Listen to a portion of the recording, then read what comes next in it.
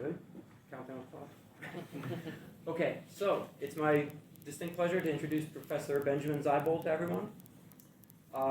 He's a professor of mathematics in the Department of Mathematics at Temple University, professor of physics. He's also the director of the Center for Computational Mathematics and Modeling. He has a wide range of applications that he applies his computational and modeling abilities to, which include in computational physics for fluid flow, for radiative transfer, I believe also for traffic flow, and he has recently began applying his talents to invasive species modeling. So we're very pleased to have him, and I think everyone's in for a real treat. So, Ben, all right. Benny, the floor is yours. Thank you very much for the invite. Thank you very much, everybody, for being here. So, yeah, I'm happy to share what we did on what I like to stress, principled mathematical models.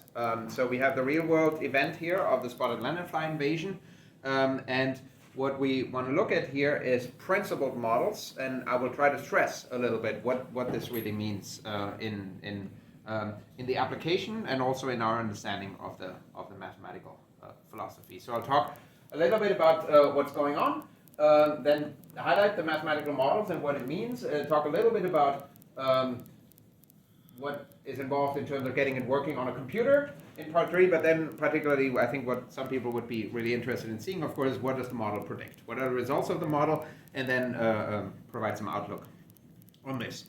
So I presume everybody has experienced spotted lanternflies in the room. Is there anybody who has not? Okay, good. So we all know they're around.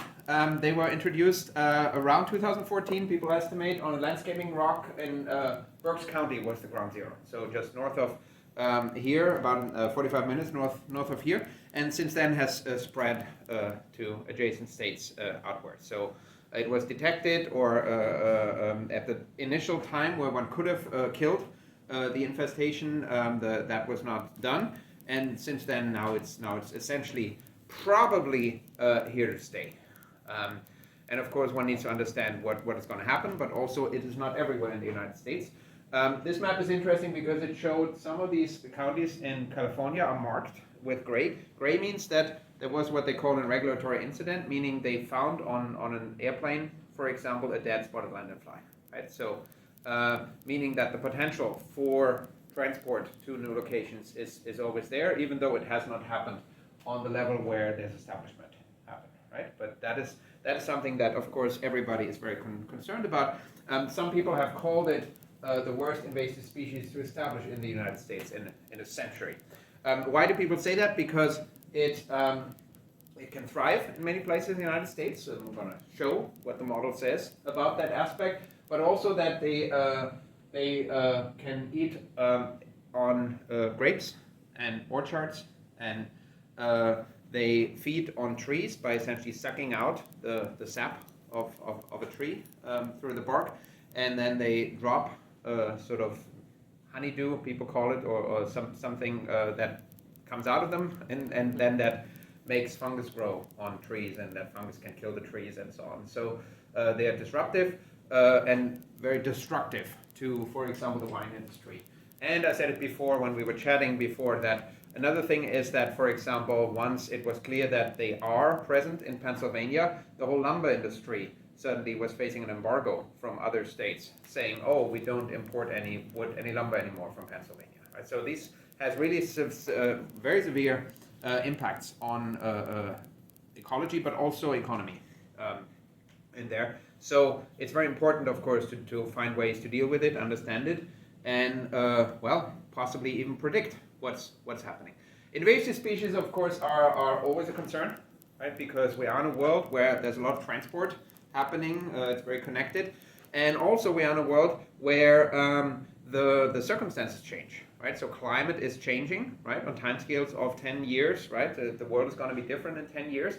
And that, of course, makes it harder for native species to keep on thriving in certain environments, and therefore might make it easier for invasive species to come in. We have a continuous loss of biodiversity, which again is disrupting things everywhere. So invasive species are a real thing that we need to understand that's happening.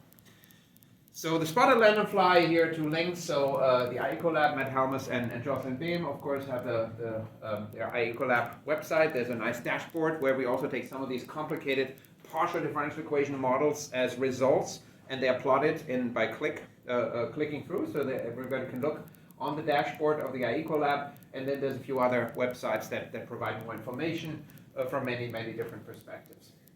But the key point that I want to raise here is what we're doing here and what I'm going to showcase is what we call principled models. So principled models is something where you can think of it as a what-if machine. So if I want to understand the patterns that happened from them being here, you go out and collect a lot of data. And based on that data, you do data analysis and understand the patterns, right? You understand something about it. But what you would like to know is if they were introduced somewhere else, where the situation is different than here, what would happen then? Could they establish there, right? And that is, of course, the part where you face limitations with just looking at data, because you don't have data based on exactly that circumstance. For example, Napa Valley in California. So what you want is a principled model, so one that is not purely statistical in nature, but one that is essentially capturing the key essence of what is the mechanisms of their life cycle, of their reproduction, and use data, lab data, field data, to calibrate these functions, but then essentially being able then to run this model on different circumstances. What if they were introduced to South Carolina? What if they were introduced to California? Yeah, and then being able to make predictions. That's what they would do, right? This is how their life cycle would work. So that is really what one generally calls a principled model, in contrast to, in some sense, an empirical or statistical data analysis. What I'm going to focus here is this really the establishment potential. So if you are in a new location, if they were introduced to a new location via shipping container, for example, given the climatic condition in that local area, what is the potential for establishment in that area? There's a lot of other things one can do. For example, modeling explicitly their spread, modeling their interaction with host plants, modeling the impact of different controls that stakeholders apply. I'm not going to talk about any of these aspects. I'm going to focus on the establishment potential here in this presentation. So spotted lanternflies are insects. They're cold-blooded, so many things are driven by temperature, and they usually go through a cycle of instars. So in the life cycle, they overwinter as eggs. At least that's what they do here in Pennsylvania. Then they hatch. They go through the different instars. In between, they always molt. So they they crawl out of their egg, skeleton and then get a new one that's wider. So they start black with white dots. Then in the fourth instar, they are red with white dots, white and black dots. And then when they're adults, they have this typical characteristic shape that most of us have seen. I don't know if some of you have seen the early instars. They're usually not on trees. They're usually on sort of in the bush, in the shrubberies and so on. But you can also see them if you look carefully. And then, of course, at some point they become egg-laying. Then they find good places to deposit their eggs. And then again, the eggs overwinter, sort of covered with sort of some protective goo on the outside. Here are some more pictures of how it looks like. Right up there on the top right, you see how the egg masses look, right, on a tree. And then you see how they sort of cluster together on some trees. So the question here is, given the climatic conditions in a given location, can one predict whether an invasive forest pest, for example, here spotted lanternflies, can establish there? And if so, how fast will the population grow? So that is essentially the mathematical question, or the practical question. So for that, we want to look at a model, a principled model. So as I said before, ambient temperature is the dominant factor to what they do, as it is for most cold-blooded species. There's a little bit extra thing for example, the humidity might play a role in extremely arid or extremely humid environments. We're not modeling this, right? Of course, availability of resources is important. In the desert in Arizona, they might just not find enough food, even if the temperature conditions are favorable, potentially. So those are all considerations that we neglect. We zoom in on the temperature. We also assume that essentially you have enough introduced to a new location that they have enough mates to find, so you don't have allele effects, but also they're small enough that they have an abundance of resources. So it's really just a question could they establish in a certain location, and therefore what one is interested in essentially like an R0 value, right? So we all know what an R0 value is due to that is also a key quantity in pandemics and in infectious diseases. So here's a similar idea, right? Lighthearted definition would be you take the number of bugs in a location in the current year and divide it by the number of bugs that were there in the previous year and define that as the R0 value, right? The 1 year growth factor, if you like. So that quantity you're interested in, because if it's bigger than 1, you get growth. If it's less than 1, you get no establishment potential, because if they were brought somewhere, they would die out. And how much bigger than 1 it is tells you how rapidly they would multiply, right? They would grow. So that is essentially the quantity that we care about if we only care about local situations, right? So we don't model spread and things, just could they establish in a certain location. So we do that, and we want to really model in principled fashion what their life cycle is, right? So they go through the egg stage, then they become motiles that move around, first as nymphs, then adults, then egg layers, and then give the next generation of eggs. One important quantity is that they very likely undergo something called diapause. So diapause is a state of arrested development where essentially the eggs that get freshly deposited, you could consider a scenario where a bug lays eggs, an adult lays eggs, and it's warm enough that these eggs could still develop.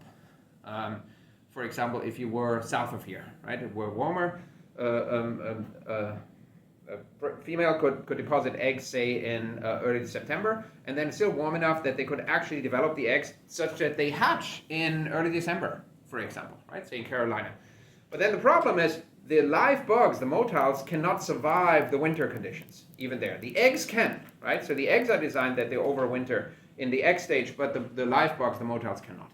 So diapause says before eggs that are laid can actually start developing, they first must accumulate enough coldness until they start developing. That prevents eggs from developing in the late fall. Yeah, you could say that slows it down, but no, that prevents that all die. Right? So it waits until the winter is over, and then springtime, and then the eggs will develop. So it synchronizes the population with essentially the annual cycle. Yeah, and so that's one purpose of diapause. And yes, all the field scientists believe that the bugs that are here, most of them have diapause built into their mechanism. They also think that it's related to photoperiod. So eggs that are deposited between summer solstice and winter solstice are in diapause, but if it ever happened that an egg were laid after December 21st, but before June 21st, then they would not have diapause. Yeah? So that's what one finds in the literature about this. Otherwise, every female, if it could live long enough, would lay around 100 eggs in 3 or 4 clutches. So because you need 2 to have eggs, right, male and female, that in theory means under optimal conditions, if you have 1 generation per year, you would get an R0 value of 50. That assumes, of course, you have no death, and all the bugs make it to deposit all their eggs. And now it's about, can you model all of this, right? So, death, right? So death is, for example, if it's too cold, right? You get an increased death rate. If it's too hot, you get an increased death rate. And these are sort of the ingredients you want to have for the model. So what is important is that not all the spotted lanternflies that you have, for example, see around here, will have the same developmental age.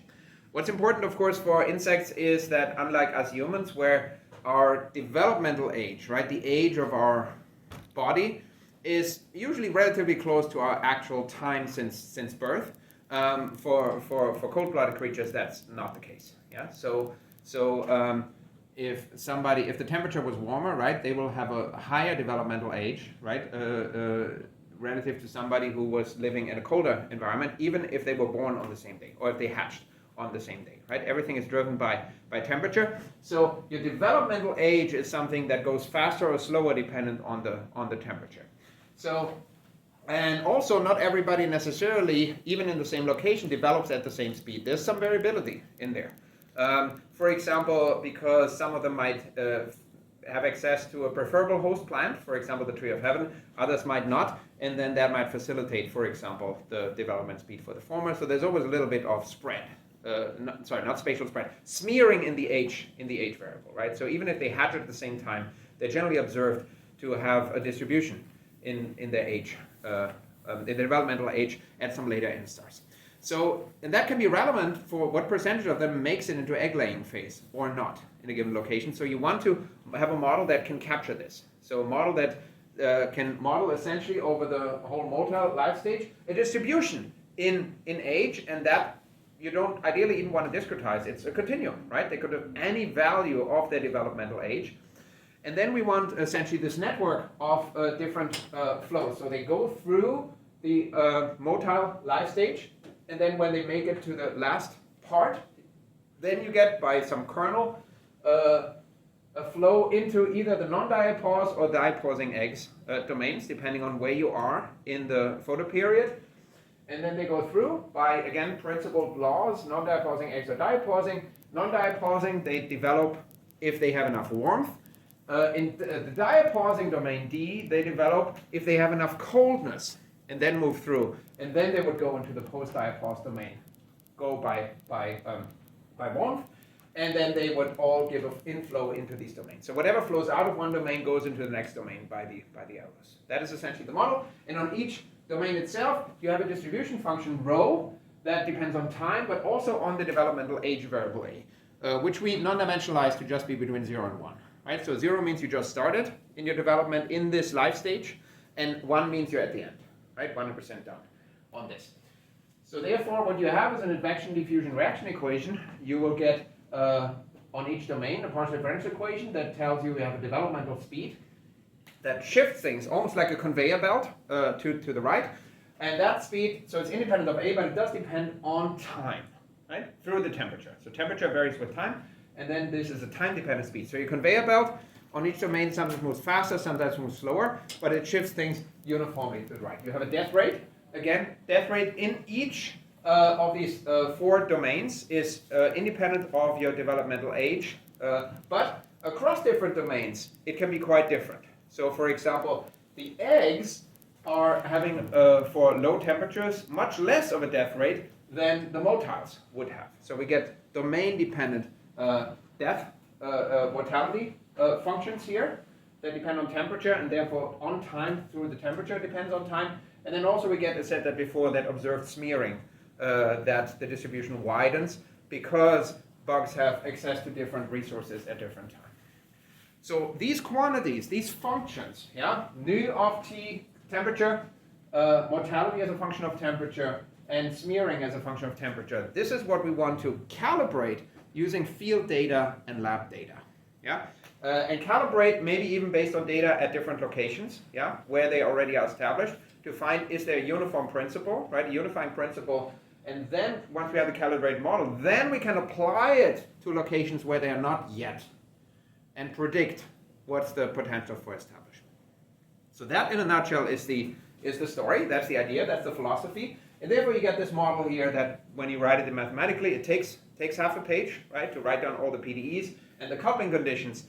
It's not so important what the mathematical formulation is. What I said in words before, that's the interpretation of it. Yeah. So that's again your structure, right? The network up here. There's some comments one can say about the coupling conditions, but ultimately it's these functions that you need. So you need your data, yeah, to calibrate these functions. So let me on the next slide zoom in a little bit on these, and without going into all detail, just highlight how this would look like, right? So here you need to now put this together. And of course, you could think, oh, there's just one paper that has all these functions written down, and of course that's not the case, right? You need to search in the literature and combine field knowledge from lab knowledge and take it together, and sometimes you need to get data from Korea mixed with data from Pennsylvania, yeah? Because of course there's not a single source where they just collect these functions. In part because there's just still a cultural divide sometimes between the people who go out to the field or to the lab scientists and the people who do models and data, right? And oftentimes there's too little information flow from the people who do the models and the data to the people who go out to the field. Hey, can you collect this? Can you measure this? So what we did in a collaboration between a postdoc, Seba de Bona, who was coming from the biology side, and a postdoc, Stefanie Levkiewicz, who is from the biomath side, was to work this out, right? So do the literature review and find our best possible way to get these functions or approximations to these functions. So for example, you want to find something that models your development speed as a function of temperature. Now, the data that you have is something like up there, right? So you get some people propose this piecewise linear shape. Why not, right? It's reality is always more complicated. Every model is an approximation to reality, right?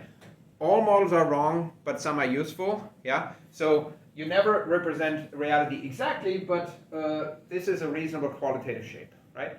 And then you want to calibrate it, and the real data looks something like that black curve up here, right? So somebody has gone out and measured what percentage at different instances in the time do I observe to be, what percentage is instar 2, what percentage is instar 3, what percentage is instar 4, right? And based on these time series of data, these vectors, right, you can then calibrate your model functions, and we did it and found, for example, this function here, right? So up to 10.4 degrees, you have 0 development, then it goes up linearly up to about 30, which is maximum. Yeah, then rescaled so that the h variable is defined as going from 0 to 1. Diapause speed, similarly, yeah, then it's a function like this. This is from data from Korea that they measured. So then you would find that there's sort of this middle range. If it's way too cold, then again, you don't have development here. But if it is, okay, thank you. So, but here you see this going down. This is critical here, right? So it goes down, meaning that you want to be in this middle temperature range, right? Between like up to 10 degrees, then you go well, right? So you want enough coldness. That's what the coldness means. If you are at sort of temperatures that we would perceive as comfortable, right? Then you actually go super slowly here, right? So that's this sort of arrested development, right? The slowness in the diapause. So the conveyor belts move at different speeds, right? As they go through. Mortality, right? So here's some lab data. What they essentially did is they isolated spotted lanternflies, real spotted lanternflies in a container and kept temperature constant at 5 degrees Celsius, 10 degrees Celsius, 15, 20, 25, and so on. And then plotted every 24 hours how many are still alive, yeah? And then they get these data, and then we calibrated sort of exponential decay functions to that, and then got functions that now are not discrete in temperature, but continuum temperatures, and got functions like this. So for example, for the motiles, we get a function of low death rate, just the background death rate here, in the nice range here, where it's friendly, but then you get death due to excessive heat. That rarely happens in the United States, but in principle, that's what the data support. But then very important, as it gets below 10 degrees Celsius, then you get a strong increase of the mortality rate of motiles. Eggs, however, there, if it's too cold, again, you get a death rate, right? That's high, but it sets in much later. So non-diapausing eggs usually can go down up to freezing temperatures without problems. Only after that, right, when it gets colder than that, they get an increase in death rate. And eggs that went through diapause usually have even more protection. So that's another side benefit of diapause, right? In addition to the synchronization that I mentioned before, it also provides an even better protection from cold. Eventually, if it gets way too cold, they still die, right? You get egg death. And these are the plots here. And then finally, from measurements of, again, field data from Penn State, we get fecundity data. So what is their egg laying kernel, right? So they get through the adult life stage up to about this point, and then they start laying eggs. And in the beginning, their clutches are bigger, and then when they lay 2 or 3 or 4 clutches, they get less. And even if a female could live forever, it would not lay more eggs because it only has a finite supply of lipids in the body. Sugars they intake, right? But so therefore it's only finite here, right? There's a kernel like this. That's where we end our simulation, our model, right? But even if the live bugs were living further, we don't care about them anymore. Once they did their biological job, right, of depositing all their eggs, they're irrelevant for the dynamics because we assume abundance of resources. Yeah. So for the model, we don't need to track it beyond that. So that's it that we put together. Now, there's some interesting stuff when you simulate these, and we found that classical off-the-shelf numerical methods for these kind of moving conveyor belts, these H-structured methods with domains where they move at different speeds, are extremely sensitive and don't yield good results until you really resolve them with unacceptably fine grid resolutions. And we found that, or we designed specialized numerical methods, for example here, moving mesh methods, and we have another thrust on moment methods that are very well suited for these. So if somebody has models of this form, talk to us. Maybe we can even apply something there. Otherwise, I want to not go into detail here other than showing some colorful pictures of numerical methods and one plot, right? So this is the ground truth that you would want to have, a predictive R0 value slightly below 1, and you see that a classical method would do completely bad predictions until you use a really fine mesh, whereas this moving mesh method does good predictions even for rather coarse meshes. Yeah, you can get away with much less resolution. That being said, there's more one can say, right? But for now, let me go to the model, right? So assume there's numerical methods to resolve these things. Then we want to obtain structural insight by running the model, right? So what do we want? We want the 1-year development operator, right? So every day you have a different temperature. We take, say, a 10-year average into the past. You could, of course, consider what if climate change changes this, right? And the model can also do that. But for now, let's take the last 10-year average, and then you just solve the PDEs forward from some starting point, say October 1st until October 1st the year after, with some suitable initial condition, and then you see what the distribution in these 4 domains is at the later time. Yeah? For example, what if I were to introduce 1 egg clutch on October 1st in a given location, for example, or of course if I have some other distribution, or what if I were to run it for more than just 1 year? Yeah? What if I were to run it over 10 years, 20 years, 30 years? What happens then is that because this is actually a linear model, it's essentially that whatever your state vector is, it just multiplies it by, if you like, a matrix. And if you know linear algebra, then you know that when you iterate a matrix many times, what actually happens in this power iteration is that what it converges to is the dominant eigenvalue of that matrix. Yeah, so the dominant eigenvalue, the largest in magnitude eigenvalue, that's actually what this will converge to, and the associated eigenvector is the distribution that you will see.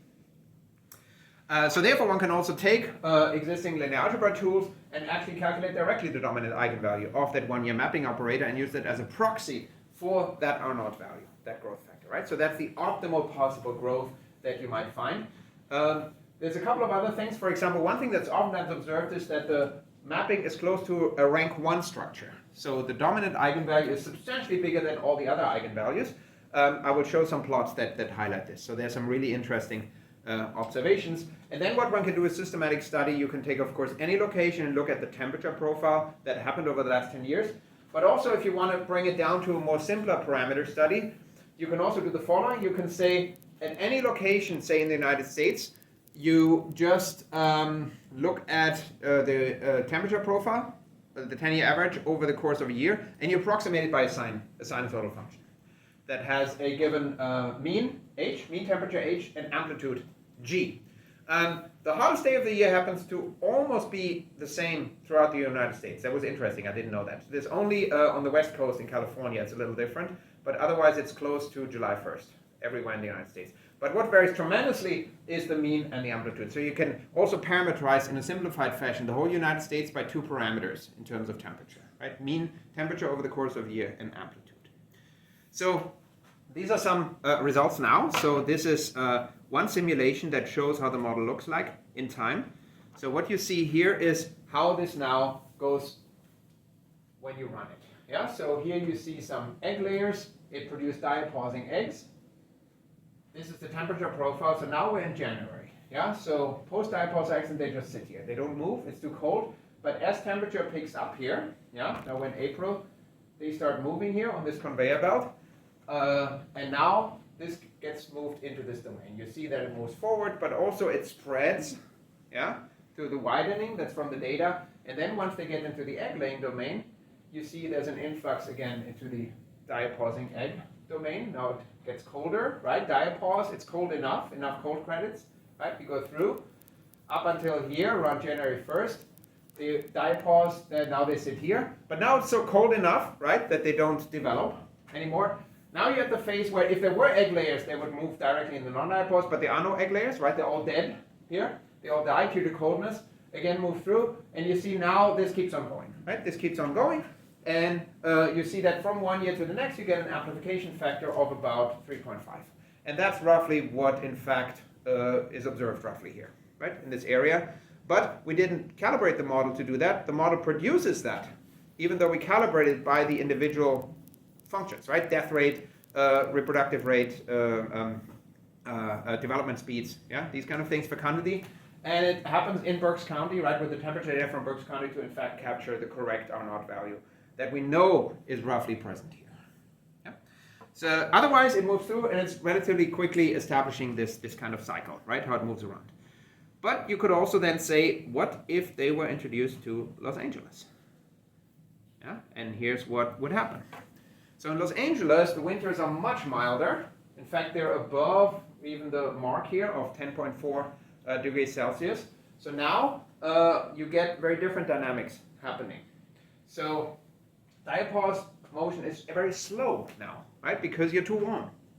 So whatever went into the diapause is very slow. In fact, you see it's super slow, right? But eventually, now they race through, right? Because it's warm enough. Now they go very fast through here. Then when they get egg layers, of course, you see out here, they get again put in the diapause. Now again, they're very slow. But now something interesting happens, because now you see, once we hit winter solstice, you get eggs moved into the non-diapause domain, yeah, in there. These get moved through here. Now they move here, whereas the original diapausing eggs also lived here. Yeah. So now you see the superposition of multiple pathways, developmental pathways, happening together. Yeah. So some egg layers now here. Where are we in July, right? Of course they get moved here, right?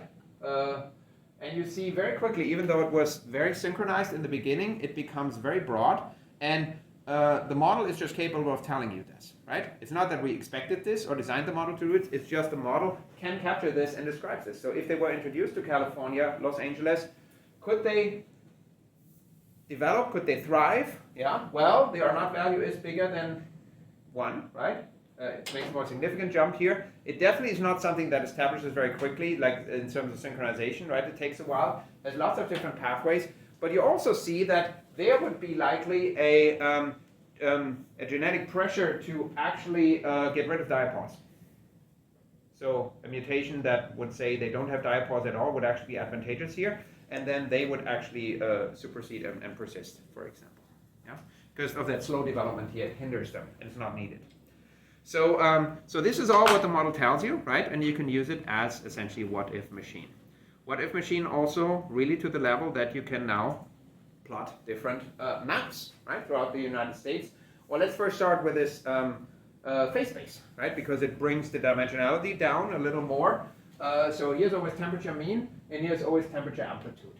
And now we take the model that I just presented, right, with the diapause pathway, and you see now here what is the R0 value. The white means it's R0 equal to 1, so that's the contour that separates establishment from non-establishment, and inside here, this is the establishment region. The pyramid down here, that's something that doesn't happen in the United States, right? But if you had eggs there, you would have eggs that just sit there, that don't develop at all, and that don't die at all, right? So it's somewhat an artificial thing, but there, the dominant eigenvalue would be exactly 1. So not so important, even though it's funny that you have sort of this pyramid down here, right? But that's just what the model does. And then we take, what if you had the diapause pathway completely deactivated? So if it only could go through non-diapause, and then you get this here. And what you see is, it doesn't always become just, so this region doesn't include this one or vice versa, yeah? So there's some parts where diapause is advantageous and other parts where non-diapause is advantageous, yeah? So, and you can study other effects in terms of how quickly they establish there. So how black this is tells you after 1 year, it more or less has established its final state, right? It's optimal growth. Whereas if this is not black, it means it takes a while, for example. That's what we saw in Los Angeles. Not so important on this side, but what is fun is, of course, you can now plot the United States in this phase space. Yeah?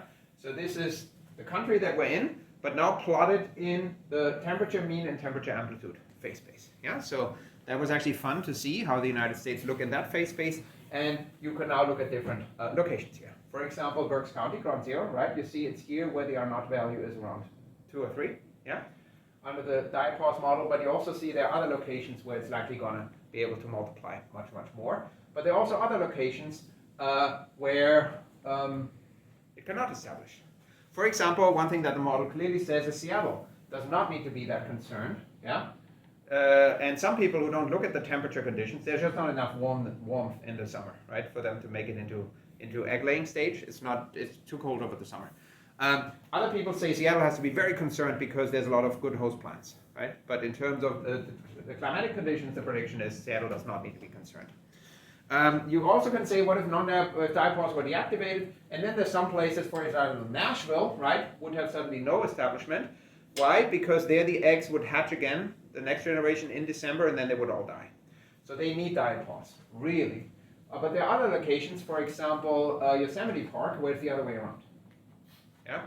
So there, then that would, and there are other places, of course, where, so Yosemite makes a difference between establishment and non-establishment. In other places, of course, you would get much, much bigger R0 values, because this is now log 10, right? So here you would get R0 values up to like 1,000, 10,000, right? Up here, because they just go through multiple generations each year, right? Rather than diapause for the synchronization here. Yeah? So the model predicts all of these things, and of course, it neglects some aspects, right? But the key driving factor, namely temperature, it actually is like a what-if machine, right? So you give this to stakeholders, and they can use that as part of their knowledge to make decisions, yeah, on this. So so to conclude, right? So this is an example of a stage-structured, age-structured coupled PDE model for forest pests. Of course, you could in principle calibrate it for other similar species as well. Here's calibrated for the spotted lanternfly. Here's an article. You can just look at it on the preprint server if you want to pull it up, right? How this would put together with a model. And again, it gives a prediction of the establishment potential based on the local climate in any location. And for example, it can be used to judge and gauge risk when you have shipping, right, to different locations and from different locations. We have some other work where we, for example, use some moment methods to substantially reduce the dimensionality and enable much faster computations. For the plots here, it was the model itself.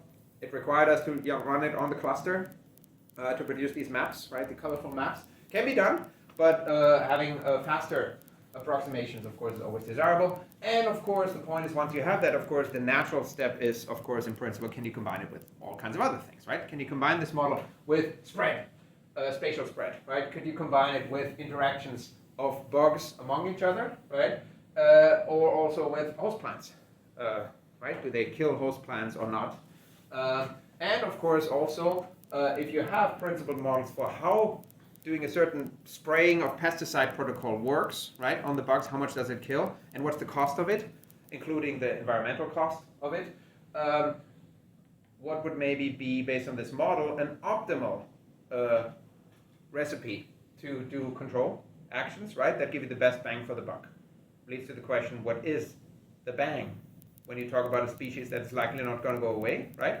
But of course, the model enables you to run these different scenarios, right, and see what would be happening if you did this and this, right, and answer these questions. That's it.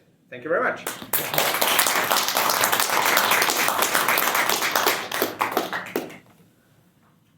Okay, yeah. So we can begin the Q&A now. Do you have time? Yeah, absolutely. Okay. Yeah. Okay, so first of all, thank you. That was really interesting. My interest was piqued throughout the thing, but a lot during the beginning because I work. My Fox Chase PI is Dr. Hyan Lee, like we were talking about. Mm-hmm. She works with, what you call developmental age, but we call on our side biological age as opposed to chronological age. Mm-hmm. So I'm curious. We have no PDE-based methodology yet for doing this kind of prediction. And yes, I understand it's like the amount of parameters for human is vastly greater than 3 or 4 parameters Mm-hmm. for spotted lanternfly. So maybe we could do. So I'm curious, like. I'm curious how we can expand. Like, how do you think? I didn't know the preprint was out, so I apologize for not looking at it before. But I'm curious, how can we expand, or is it even worthwhile to expand the amount of parameters, such as like diapose-dependent adaptation, temperature-dependent, possibly temperature-dependent adaptation, other parameters, and maybe you could touch on like some conjecture with respect to PD-based age predictors for humans one day. Okay. I'm not sure I understand the last part, but Sure, the first part, obviously. So the first thing is that, the first thing I should point out, we didn't invent these models, right? I mean, the structure of the models, of course, exists. We did not find anything, even outside of the scope of spotted lanternflies, that exposes these different pathways with diapause and non-diapause in this framework. And the other thing that we also include this age, this smearing in age, is also something that we didn't see in the literature out there. But otherwise, these models, of course, as a framework, are ubiquitous, right? People have applied them to many, many different things. And in principle, there's nothing that speaks against generalizing them, right? Putting in way more parameters, putting in way more domains, right? The structure is very generic, right? To put something there. So that is always something, if you have something that you think would fall in this framework, then absolutely it's worthwhile talking about it, right? And brainstorming on this. One challenge, of course, is that the more parameters you have in a principled model, the more you have to ask is, how do I know that I get reliable ways to calibrate them, right? To estimate them. Because this is still, as you said, right, few enough parameters that we also have a good intuitive understanding how each function affects the outcome, yeah, so sensitivity with regards to the parameters. The bigger you make your model, right, the more you put in as complexity, the harder that gets. So anybody who does science with sort of data or models and so on, of course, needs to be concerned with that. The more complicated your model becomes, the harder you have to work to making sure that whatever it predicts is not just garbage, in the sense of that if your output is super sensitive to a parameter and you don't know that parameter very well, for example, right, then obviously the model might produce just nonsense on there. So that is oftentimes the challenge, right? So the best model is one that is, the best model is one where you cannot take anything away, right? It's not about adding more features to the model, but the optimal model is one where it's not possible to take anything else away, right? So the simplest possible model is always what one should strive for. And of course, depending on what your situation is, it might be that the simplest model now has hundreds of degrees of freedom. Yeah. And then, of course, one thing is then probably you cannot do it with intuition anymore, right? With looking at simulations and so on. And then one, of course, needs to be highly concerned with aspects like understanding parameter sensitivity, right? Sensitivity of the output with regards to input parameters and these kind of things. So there would be a whole extra workflow needing to be done. But in principle, there's nothing that speaks against doing that and seeing what one can apply to the other thing. Especially if there's a richness of data. Yeah, so here we were in the opposite regime, right? We had to work really hard to even find anything sometimes about, for example, the diapause development speed, right? That allows us to calibrate it. If you're in a field where there's a much bigger richness of data, right? Then I think there's probably a shortage of models, right? A shortage of people trying, can we feed the data in a new way, right? Into something, and that's absolutely worthwhile doing. Right. The last part about modeling human life, I have not fully understood, I must confess. So for example, in biological age prediction that Dr. Lee and a lot of other genomicists and epigenomicists do, we also use our embedding, because we're using a lot of machine learning techniques, is the 0 to 1 value. It's your usually so more complicated would be imaging. Let's not worry about imaging as input.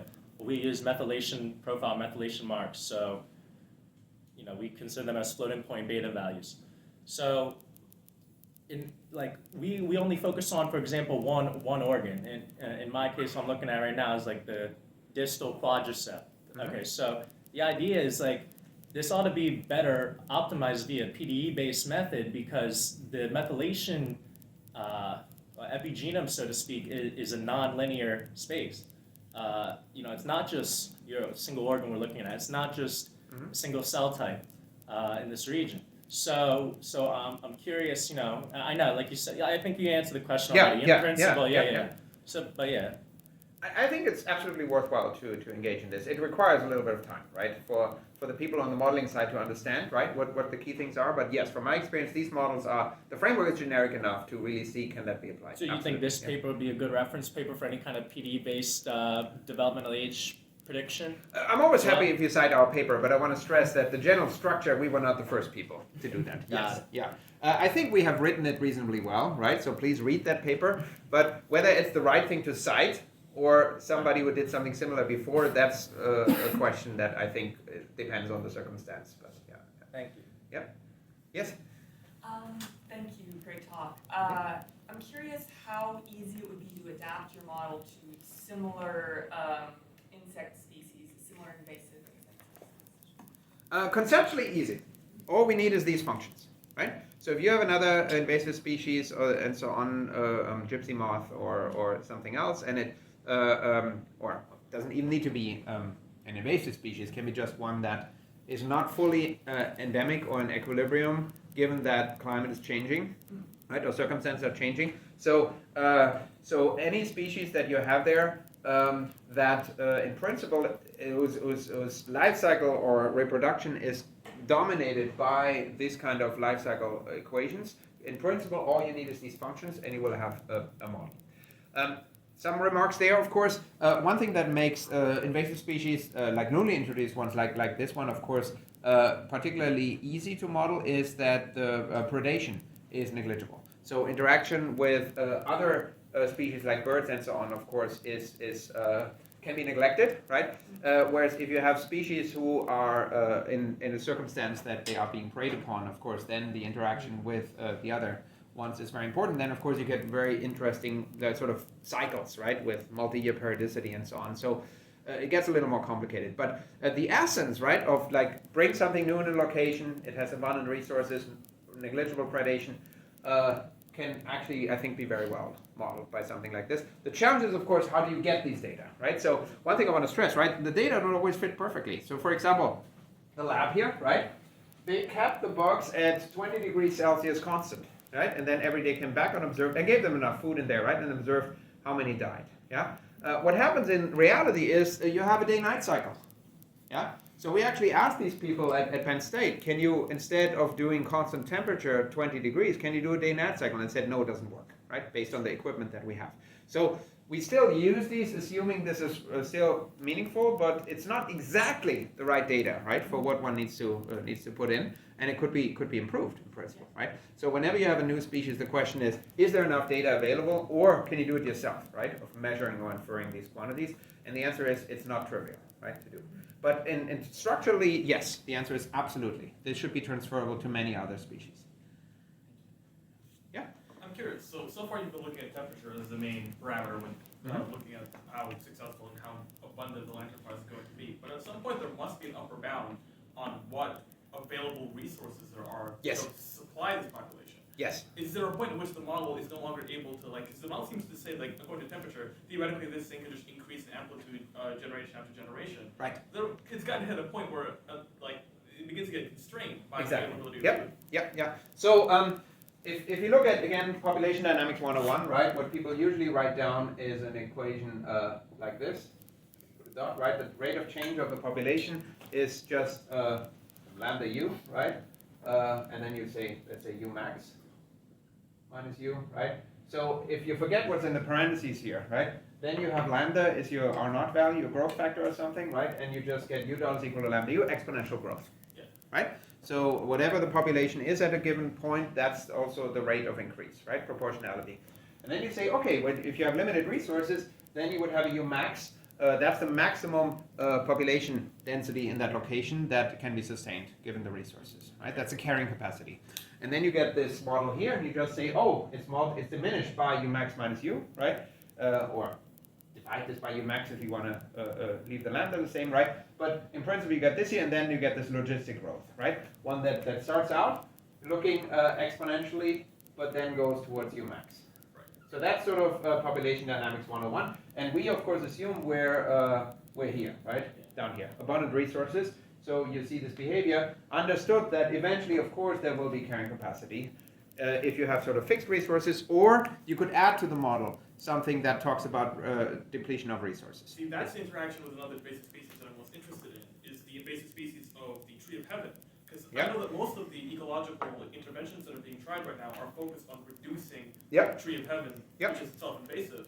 How would, like, for example, a model of the tree of heaven distribution relative to the model for spotted lanternflies interact? Yes, so we have some mock software, mock I mean because not calibrated, but we have some code actually that does something like this, where we assume there's a limited amount of resources and they feed on the trees and they deplete the trees, and you could even kill the trees, right? Or that is known, right? When you had a very strong invasion front happening there, even the preferred host plant like tree of heaven got killed by them. At least killed to the level that the next year they were not growing and not healthy at all. That then, of course, feeds back, right, in the spotted lanternflies. It's also observed oftentimes that apparently there's sort of like the front of spotted lanternfly density as it moves outwards looks more or less something like this. like you get a big peak here where you see them everywhere, and then, for example, now we see them much less in Philadelphia than we did last year or the year before, for example. I don't know if that's systematic. There are multiple possible reasons for this, but one could have to do with host depletion. Right in the beginning, all the trees are completely fit for spotted lanternflies, and then you get less. Could have completely different reasons as well, right? Like fungi or predation or something like that. So as far as I understand, it's not completely understood for the spotted lanternflies, but that's something people oftentimes observe, right? It goes down to something else. If you talk about interaction with hosts, the key question is exactly, will it be a two-way coupling, or will it just be that the limited amount of hosts, plants, and resources just gives you a carrying capacity, right? And of course, what could be is that you get these cycles of oscillation, right? Like in predator-prey model, that, for example, they feed too much on hosts, the hosts then diminish, right? Much less. Then you get a dip in the box, right? Essentially, spotted lanternfly are predators, and the trees of heaven are prey, right? In this case, and then you could get these cycles. So that's very plausible to happen. Key challenge again is how do you calibrate these parameters, right? To know what's there. It's much harder even to do lab studies, right? On this. It's even difficult in the field because if you ask people, go out and sample this area and tell me how many spotted lanternflies are there, nobody ever counts the population density, right? How many are there? You might get location sightings, yes or no, right? Presence, absence, or they might say medium and high, right? And then you ask the stakeholders, what do you mean by medium and high? How do you find this? And oh, we looked and we saw there were sort of a medium amount of bugs on the tree, right? So that's how the data are collected, right? And of course, you think about how would you estimate the total amount of spotted lanternfly in here or in like a square kilometer, right? In the forest. I mean, how would you do that, right? So there's no way. People know right now, right? To sample this. Because there's no traps that attract them, right? With other species, you can build a trap that attracts them, and then they all go in, right? And then you count how many you have, right? Nobody has found something like this. So anyways, it's challenging, right? So there's a lot of challenges in this. But the point is, of course, that yes, this effect is there in reality. And of course, if it matters, right, for your question that you want to answer, it would be good to have understanding of the principle so that one can put it in a model. Yes. Yeah, Rob. Quick question. So invasive species is like it's a relative term, right? They invaded us, but they're actually indigenous to a population, indigenous to a region, and we know what regions they are. We also know that they've invaded other places as well. It's not just Pennsylvania and elsewhere. There's probably other parts of the world, like Europe and whatnot. So instead of using an ecological, and this is not a question to you, but also to our ecology friends here, instead of using ecological models, why can't we use an evolutionary model that looks at an optimum phenotype, an adaptive peak that's found in China, and then anywhere this adaptive peak is found at anywhere in the world in terms of temperature, in terms of sunlight, in terms of all of these parameters, predation, tree of heaven, access. Would that be a better way to predict where these bugs are going to proliferate? So again, it's not just to you, well, I but mean, it's to biologists as well. so they're native, whatever this means, right? On timescales, understood to be only in China, and they are understood to have been an invasive species in Korea, for example, about 20 years ago. So whatever happens in the US right now happened in Korea about 20, 30 years ago or something. So that's sort of, don't nail me down on the precise numbers, but that's roughly the big picture understanding. So the Korea data is somewhat useful because it actually underwent this same sort of similar scenario. That being said, the climatic conditions in Korea tend to be much more humid and hot than where they are here right now in Pennsylvania and so on. So it's always the question how much can transfer it. And of course, the rest of the environment, of the ecology around is also different of the biosphere around it. So the question is, if you bring them to a different location and don't just look at temperature, for example, but everything together, what would be the best spotted lanternfly you could build, right, by CRISPR or something to be optimal, right, in this location? That's a question one could probably ask, right? You would need to narrow down your Not space. just in the invasive areas, but also if you look at the habitat, like the edges of the habitat, why haven't they extended past that geographical region? Or so there must be Hold on. some, So these are two different things, right? So if you talk about spread right now, that is completely independent of phenotype changes, right? So that's just have they spread just. Oh no, but in their indigenous land, like the question is. Oh, you mean in China? Yeah, in China. Like, they've evolved for hundreds of thousands of years there, and they're happy, the climate's kind of relative. Yes, yeah. Similar, but then Right. why haven't they expanded? So maybe the answer is around the edges. I must confess, I don't ever have looked at carefully at a detailed map of them in China, right? It's just sort of like present here, right, and so on. And I presume it's in equilibrium. I'm actually not 100% sure, because of course the environment in China has changed a lot over the last 50 years in terms of what's in the air, right? In terms of dust particles and all these kind of things. What is Which is even concrete cooler- versus which is even cooler, nature, because right? We have historical data on all of that. Right, yeah. On- So I don't actually know right now in China itself how steady state the situation is, or how much it actually moved around still, right? This front. It could actually be that it's not in equilibrium. I would say there. that this might, So- invasive species might be an ecological question, but it actually might have an evolutionary answer. Like in terms Right, of long-term- but you're thinking exactly that in China they're close to optimal, right? Given the circumstances, right? And now, of course, one important question is, it's a slight twist on your point, right? If you bring them to Berks County, they're not optimal for the circumstance here. So one, of course, important question is, how elastic are things? So on what time scale could they actually mutate and successfully persist such that changes in the phenotype actually matter on the same time scale on which they spread, right? Which is like 5 years, 10 years, and so on. If they only go through one generation per year, right, and they spread a substantial amount every year, it's not completely clear whether mutations would happen on that same time scale, but it's plausible. And of course, one thing that one can say is that one could, in principle, in that same mathematical framework, add an additional variable here that is essentially a parameterization of the phenotype that you might have, and then simulate the coexistence of them, or even the competition for resources and other things. In the simplest case, where you have abundance of resources, you would just calculate it by brute force for all possible phenotypes and see which one has the largest R0 value. And that then is declared the winner, and then you can map it out in the United States. But you could also do interaction of them. Yeah. So that is in principle possible again with a framework. Yeah. All right? Yep. And also, just in terms of optimal phenotypes, I'm curious, and since you mentioned varying temperature in the lab, I mean, people do experimental evolution with, say, Drosophila fruit flies, where they subject them to extreme temperatures and then monitor, the changes in different alleles in the genomes, or various other ways of measuring the biological characteristics, and sort of see trending upwards over time, adaptation sort of, in experimental evolution timescales that could maybe guide what could sort of be happening on the periphery, where there I mean, first of all, anybody who wants to have more of a discussion on this, I definitely would invite to have a discussion with Jocelyn Beam, because that is a direction that she actually is partially working on in the context of this. She even had a postdoc who just left on for doing cooler things in France. I mean, doing equally cool things, but other great things. Nadesh. So she was here, and she was actually specifically sampling the genomics of spotted lanternfly, and that serves multiple purposes. For example, one thing that is interesting is if you want to model I didn't mention this, but the spread is complicated because it's human assisted also, right? They spread on their own, but then they also hitch rides on cars and cargo and stuff like that.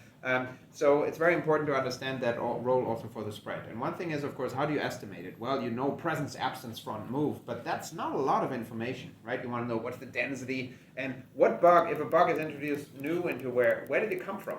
So that's, of course, where the genetic sampling can also help, right? You can go to a new location where they just were introduced or just established and see, based on the the front in the core front, right, here near Berks County, Philadelphia, and so on, where are they most likely to come from, right? So that was sort of one role of this, which is more of it's a tool, right? They can help you to see where did they come from, right? And what was the likely rate of transport or mode of transport or something. The question, of course, of do they evolve as they spread at a rate that is relevant, right? So fruit flies are great because you can very quickly go through multiple generations, right? Experimentally in the lab. Here they go through one generation per year, right? So it's, I think, I don't know the answer, right? And to my understanding, it's not completely understood, right? is genetic drift relevant in them. But it's very plausible that it is. And then the question is, again, from my side, could one predict, right? If you have something, given the circumstance, and Rob's question went a little this direction, right? Could one predict what could be? What could be possible adaptations of the phenotype? And of course, if you like, these figures go in that direction, yeah? So we say, this is the model that people hypothesize is going on, what we have, but assuming there's enough elasticity to the trait of diapause that it could be knocked out, that eggs, when they're deposited, are never undergoing diapause. Could that be advantageous? And the answer is yes. You just look at these two maps and you just plot all the points where the R naught value in this model is bigger than the R naught value here. And then if you have a coexistence in some location, eventually this phenotype is going to win. Yeah? And in other locations, this one is going to win. Of course, that assumes they don't move around after that. Then you can ask, what if they constantly move around after that, right? And mix and match and yada yada and those things. But the point is that at the simplest level, this comparison already goes in this direction, right? It explores different phenotypes and how would they fare in different locations. Yeah. Does anyone? All right. Can you briefly explain the mesh method one more time? And what do you mean when you say mesh? You're talking about in the graph theoretic sense of a mesh? No. It's essentially your true solution is some function, right? So this is some function of h, right? And it's some continuous function, right? So h is not quantized here, right? So when we say insta1 versus insta2 versus insta3, of course, that's clearly quantized, right? You clearly can say their exoskeleton is insta1 or insta2 and so on. But when do they shed their skin, their exoskeleton, to become insta3, right? That happens when they went through the insta2, right? So the actual developmental age is not discrete, right? It's continuum.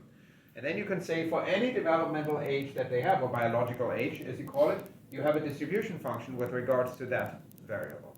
But of course, that's now infinite dimensional. Yeah, so this is infinitely many degrees of freedom. So you can only store a finite amount of information on a computer, so you need to approximate the true distribution function, right, where developmental age is a continuum, right, to something that you can track on a computer. For example, here, if you choose 6 degrees of freedom, right, you approximate that distribution function by 1, that is piecewise constant. Yeah? Then you can think of this, you artificially introduce sort of sub-cells, right, in the developmental age, and then you can introduce sort of like fluxes across these cells. Sometimes people do that on the level of the model and call it a compartment model or something, but it's also what a numerical method would do naturally when you approximate the governing equations on sort of the level of the PDE. The advantage of the PDE perspective is you can choose your mesh resolution based on your computational availability of computational resources and the needed accuracy that you get on this. So that's sort of the better perspective to think about it. And then one can use this method and keep the mesh fixed and model the flux. What fraction of the bugs that are in here go to the next one, right? Right after. And that then would be a numerical scheme that you choose. And this is what I have sketched here, what I call Godunov method. So that's a standard method of this type. But it turns out that that method is not very good. If you choose more and more cells down here, eventually it will converge to the correct solution. But there's another method where we don't keep these buckets, these bins, fixed and model flux through them, but instead you start with a bin sitting like this, but then remember it's a conveyor belt that just moves you to the right. We're actually moving the bins with a conveyor belt. Yeah, like this. And then, of course, we have to deal with the fact that we will have a partial bin at the front, a partial bin at the right, and whenever information leaves one domain, it flows into the next domain. And that needs to be then modeled numerically correctly. But that, in a sense, is what we call a moving mesh method, right? So the mesh is essentially these bins that you use for approximating this. And this is something that's a little bit more complicated to implement, but the approximation error that you get is much, much less. And you get a much better accurate capture of the true PDE model, yeah, which we assume is the truth in this case, with much, much fewer computational demand, fewer degrees of freedom. Yes? Can that be used with anything that has infinite degrees of freedom? There's the world of things that have infinite degrees of freedom is tremendous, and I would not go that far, but if you have things that advect, right, move, or flow, right, and maybe diffuse, then yes, there is, but advection dominates here, so that you can sometimes use numerical, so using numerical method, and there's different numerical methods, and computational mathematicians are knowledgeable about which method could be better usable in your framework. That's absolutely something that we have expertise in, and we also just write me an email, or any of my colleagues in applied math. We even have something like Isaac Klapper is also an expert in biomath. We're always happy to talk with people, right? If it's just like a 45-minute Zoom call, you say, hey, I have this problem, I want to do it numerically, I tried this, it sort of works, but I'm not sure, is there something better? That's the kind of stuff where oftentimes we can give a quick answer, right? Absolutely, please reach out to us. That's the part where we love that sort of we can help people, right, relatively quickly. If it's more complicated, then of course one will need to talk about, right, what do we do, and potentially is it interesting, right, as a research project. But the short answer is yes. For whenever you have sort of equations that are described by partial differential equations, and it's sort of something that flows, then oftentimes we have numerical methods, methodologies, ideas that might actually be substantially better than sort of the 101 method, right, that one might apply.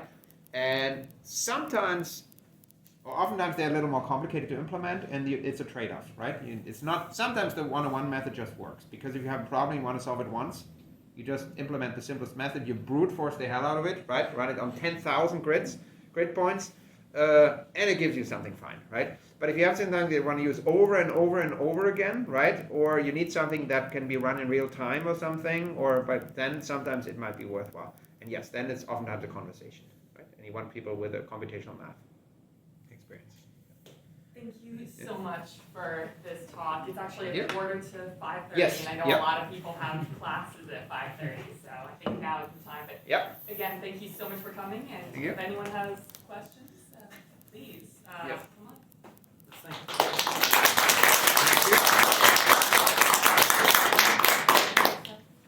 So if anyone hasn't got pizza yet or still wants pizza, pizza over here before you guys run to your 5:30 classes, get dinner. Yep.